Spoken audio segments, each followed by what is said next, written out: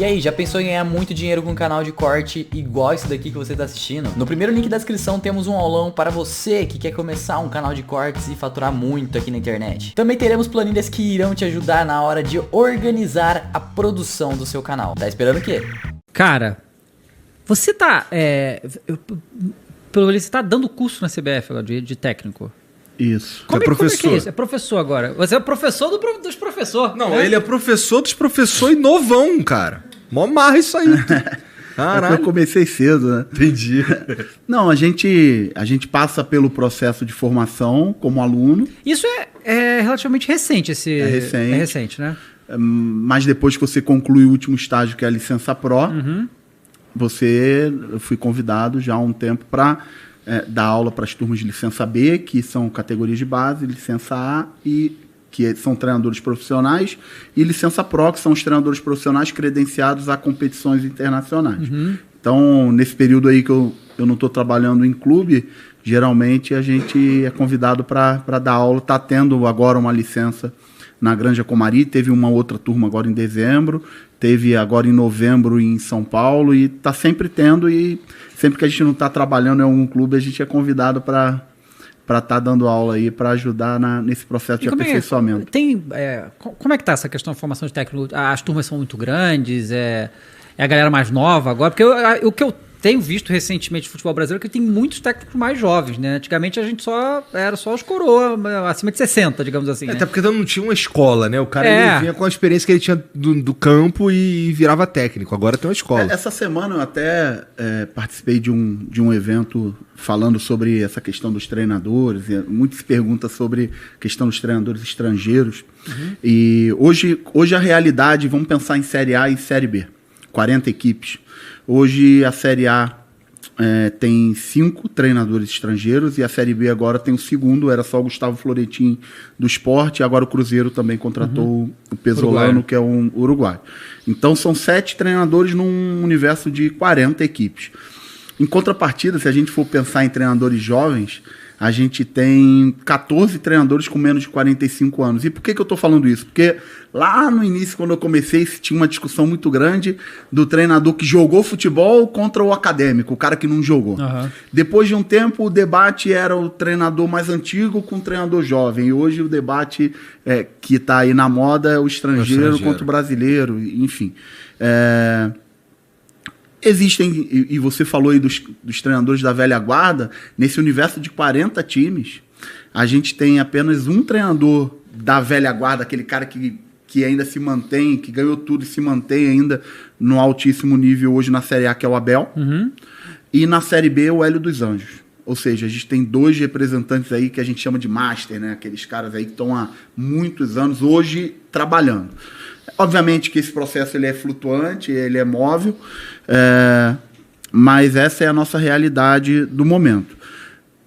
Com relação ao processo de formação, como eu falei, existem os níveis de licença, onde, logicamente, hoje existe a obrigatoriedade. Hoje um treinador, até 3 anos atrás, se eu não me engano, minha mãe, se quisesse dirigir uma equipe na Série A do Campeonato Brasileiro, ela dirigiria, porque o único documento que era necessário era uma carteira de identidade.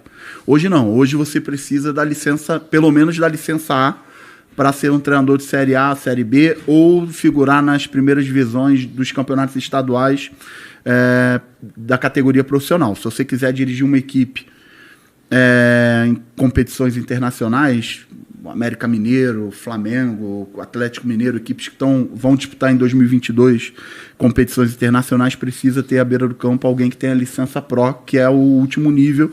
E aí depois você, obrigatoriamente, por períodos, você precisa cumprir um período de horas para ir revalidando a sua carteirinha, né? Falando também sobre esse processo dos treinadores, e obviamente a gente provavelmente vai aprofundar um pouco mais sobre isso. Ontem eu tive acesso a uma informação que no mundo árabe, que sempre foi um mercado onde os treinadores brasileiros dominaram durante décadas, hoje a gente só tem 3 treinadores brasileiros. A gente tem um treinador brasileiro na Arábia Saudita e 2 nos Emirados, nenhum no Catar. O Zé Ricardo estava no Catar, voltou agora. Então, em todas as divisões do mundo árabe, nas 3 principais ligas, a gente só tem 3 treinadores, que era um mercado onde os treinadores brasileiros sempre dominaram, assim, e que hoje a gente não está mais dominando. Esses treinadores que vão para fora aí, eles têm que ter a certificação do... Por exemplo, um português vem jogar aqui no Brasil. Ele tem, a certificação que ele tem lá em Portugal, a gente revalida ela aqui. Como é que é? Como é que estava funcionando? A nossa validação aqui da CBF, ela não estava sendo aceita na Europa. Tinha que fazer uma outra lá? Tinha que fazer uma outra lá. Então, um treinador licença pro aqui, que recebesse um convite para trabalhar em uma primeira liga na Europa, ele não poderia trabalhar. Ele poderia até trabalhar na equipe, mas na beira do campo ele não poderia ficar. O treinador adjunto, o assistente dele, é que teria que assinar a súmula. Aconteceu isso recentemente com o Paulo César Guzmão. Ele foi ao Marítimo de Portugal, foi contratado, trabalhava, era o treinador da equipe, mas não podia ficar na beira do campo, porque a licença Pro... Agora a CBF fez um... Porque o que acontece? Isso os cursos na Europa, eles são geridos pela UEFA. E a CBF é a Confederação Brasileira. Então a CBF precisou fazer um trabalho via Conmebol, e hoje é importante falar isso. A gente tem pessoas que lideram esse processo dos treinadores aqui, pessoas bastante qualificadas. O Maurício, que é junto com o Oswaldo, são as 2 principais figuras hoje que lideram esse processo via Conmebol. Conseguiram validar as licenças dos treinadores brasileiros via Conmebol para que se fizesse um trabalho de equivalência. Então, por exemplo, o Antônio Oliveira, que foi técnico do Atlético Paranaense recentemente, é um treinador português, ele tem a UEFA. E ele dirigiu o Atlético Paranaense porque tem a UEFA, mas nas competições internacionais, Paulo Autori que precisou ficar no banco porque ele não pôde, justamente por esse processo de equivalência. O curso CBF Pro, ele já é aceito em toda a Liga da Ásia. Então, para você trabalhar em qualquer clube da Ásia, você é obrigado a ter licença Pro, só com a A você não pode. Então, para você dirigir seleções internacionais e trabalhar fora do país, hoje você obrigatoriamente tem que ter a Pro. Entendi. Então, mas vamos lá, o Paulo quem mesmo? Paulo Souza. Paulo Souza vem dirigir o Flamengo.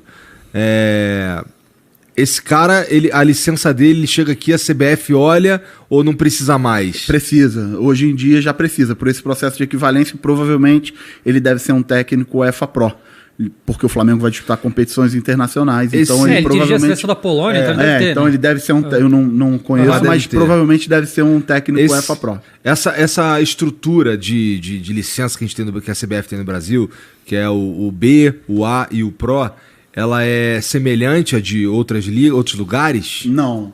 Primeiro é importante falar que esse processo ele já funciona na Argentina desde o início da década de 70.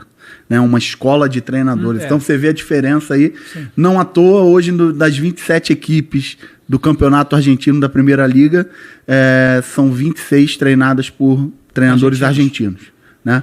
No campeonato chileno, das 17, são 9 treinados por argentinos. Então é importante a gente falar que isso, no nosso irmão aqui do lado, já existia isso desde a década de 70. Então isso no Brasil é recente, mas é importante falar que está sendo feito de uma maneira bem correta, coerente. Todos os treinadores que estão aí no topo da pirâmide hoje, tendo oportunidade de Série A, Série B, estão indo lá, estão trabalhando. Agora, nesse momento, na licença Pro, eu acompanhei, o Cuca está lá, o Renato está lá, que eles ainda precisavam fechar a licença Pro deles, porque ano passado era para ter fechado, mas a pandemia impossibilitou que eles tivessem fechado. Em dezembro agora, teve Fernando Diniz, teve uma série de treinadores, todo mundo obrigatoriamente está tendo que fazer, porque... os caras já de nome e tudo mais, né? Exatamente. E é uma puta de uma experiência, você tá ali com... Eu fechei a minha licença Pro recentemente também, e você ter na sala ali Dunga, Mano e Tite na mesma sala, 3 treinadores da seleção, os 3 últimos na mesma sala, você ter...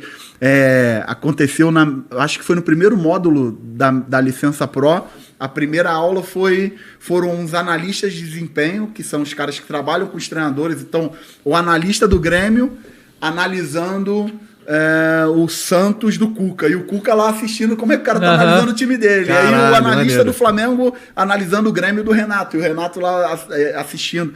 Então é uma experiência muito legal, tanto da parte de troca de conhecimento específica de futebol, mas também da questão dos relacionamentos. A gente teve o Dorival, ele protagonizou assim momentos muito legais junto com o Mano, nessa turma também, falando de experiências de bastidores, de dificuldades, e às vezes as pessoas não sabem, e também acho que é muito importante falar, as pessoas entendem que existe uma divisão entre os treinadores brasileiros, isso não é verdade. No meu caso, eu sou um treinador jovem ainda, e todos esses treinadores, Mano, Abel, Dorival, Filipão, esses caras são muito generosos com a gente, né? O Dorival, como vocês falaram aí, eu também vim ouvindo, teve aqui recentemente. Pouca gente sabe, mas o Dorival, quando assumiu o Flamengo em 2018, substituindo o Barbieri, ele fez lá o final do Campeonato Brasileiro. E o Dorival, isso não saiu nem publicamente, mas o Dorival, no último jogo, ele chamou o Barbieri para fazer parte ali do processo final. O Barbieri tinha feito todo o campeonato praticamente, e eles fizeram ali um movimento que pouca gente sabe. Então existe toda uma relação, um movimento. Eu costumo estar sempre falando, buscando, trocando informações, pegando experiência com esses treinadores mais vividos, e às vezes as pessoas entendem que existe uma divisão, treinador mais jovem, treinador mais antigo, e não é isso que acontece.